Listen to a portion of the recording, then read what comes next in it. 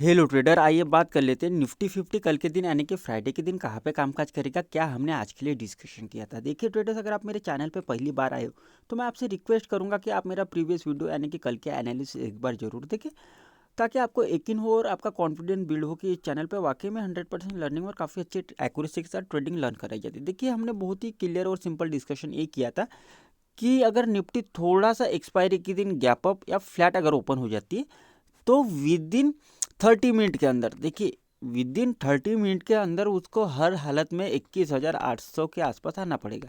अगर आप देखोगे तो मार्केट ने यहाँ पे बहुत ही तेज़ी से, बहुत ही शार्प तरीके से एक सेलिंग प्रेशर दिखाया। लेकिन इसका मतलब ये नहीं है कि मैंने ये कहा था कि हम ये पुट की पोजीशन लेंगे, नहीं, हमने ये पुट के बारे में बिल्कुल भी डिस्कशन नहीं किया था।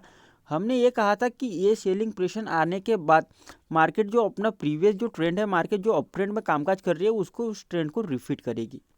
देखिए, मार्केट ने वाकई में वहाँ से 21,800 से अगर आप देखोगे तो मार्केट फिर से 21,940 तक गई। यहाँ पे हमको 100+ पॉइंट के मूवमेंट मिले।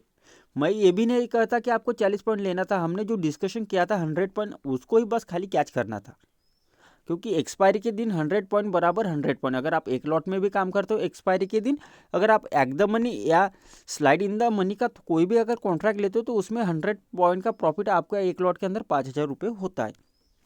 खैर, फिर भी बहुत से लोगों ने यहाँ पे मार्केट ने क्या किया है, देखिए ये जो फेस है मार्केट में, ये जो फेस आया है, जो एक मेरे को तो थोड़ा सा कंसोलिडेशन जोन टाइप ये जो फेस आया है, यहाँ पे बहुत से लोगों का पेशेंस चेक हुआ। देखिए, मार्केट पेशेंस बार बार चेक करेगी, ऐसा नहीं कि रोज आप एक ट्रेड लोगे और वो आप जिस टाइम पे वो ट्रेड लोगे उससे 1 मिनट या मेरे को 5 मिनट या 10 मिनट के अंदर वो आपके प्रॉफिट लेवल की तरफ बढ़ जाएगी। नहीं, मार्केट पेशेंस चेक करती है और इतना पेशेंस चेक करती है कि जब तक आप पूरी तरीके से अंदर से टूट ना जाओ, आप ये डिसीजन लेने के लिए तैयार ना हो जाओ कि मार्केट यहाँ से जो आपने यहाँ पे मान लीजिए कॉल की पोजीशन ली होगी, तो आपको मार्केट ने ये डिसीजन लेने के लिए मजबूर कर दिया कि मार्केट यहाँ से गिरेगी और आप जबरदस्ती मार्केट में पुट में बैठ गए।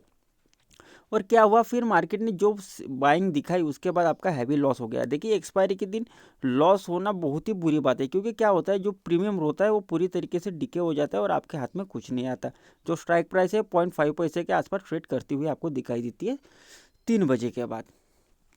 खैर, आज मार्केट ने पेशेंस चेक किया, कल क्या कर सकती है मार्केट। देखिए, कल क्या है, कल तो एक मैं कहूँ तो फ्राइडे है, और फ्राइडे क्या हो जाता है एक हिसाब से मैं कहूँ तो मार्केट के लिए फर्स्ट डे हो जाता है। ऐसा नहीं कि फर्स्ट डे मंडे होता है, लेकिन ऑप्शन चेन के हिसाब से, निफ्टी के ऑप्शन चेन के हिसाब से कल फर्स्ट डे निफ्टी के लिए होगा। ये आपको ये बात याद रखनी पड़ेगी। कभी भी जब भी आप किसी भी स्टॉक या इंडेक्स में ट्रेड करते हो, जिस दिन उसकी एक्सपायरी रहती है और एक्सपायरी के जो नेक्स्ट डे वाला वो डे रहता है, वो मार्केट के लिए फर्स्ट डे एक कंसिडर किया जाता है, क्योंकि क्या होता है उस दिन नए कॉन्ट्रैक्ट बिल्ड होते हैं और कुछ नई पोजीशंस बनती है, जैसे कि आज पोजीशन बनी कल के लिए। तो देखिए, आपको मैं डेली टाइम फ्रेम दिखाता हूँ। यहाँ पे मुझे ऐसा लग रहा है कि मेरा लेक्चर ज़्यादा हो रहा है, लेकिन जो लोग वाकई में ट्रेडिंग सीखना चाहते हैं वही लोग यहाँ पे बने रह सकते हैं।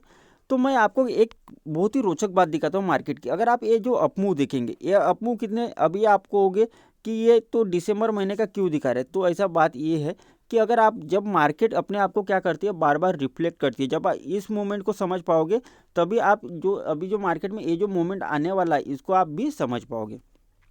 तो यहाँ से मैं थोड़ा सा जूम चार्ट करता हूँ और आपको एक बात बताता हूँ। देखिए, ये जो मोमेंट है मार्केट में, ये जो वाला जो मोमेंट है, ये मोमेंट है, ये अगर आप देखोगे तो ये लेंथ लगभग 900 पॉइंट की है और ये भी लेंथ देखोगे तो कहीं ना कहीं 850 पॉइंट के आसपास की है, यानी कि इक्वल इक्वल दोनों है।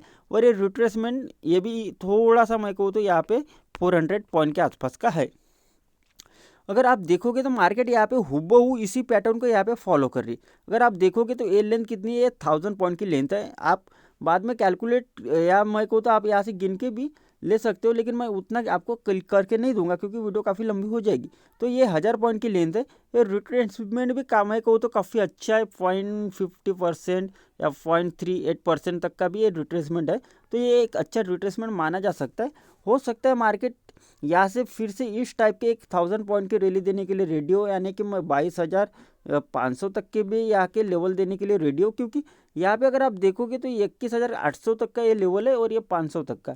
तो कहीं ना कहीं 700 से 800 पॉइंट की ये रैली हमको देखने के लिए मिल सकती है। लेकिन उसके लिए कंडीशन क्या है कि कल मार्केट ने किसी भी हालत में एक तो साइडवेज नहीं होना चाहिए या मैं को तो एक गैप डाउन ओपन नहीं होना चाहिए, अगर इस कंडीशन में मार्केट में कामकाज करना है तो।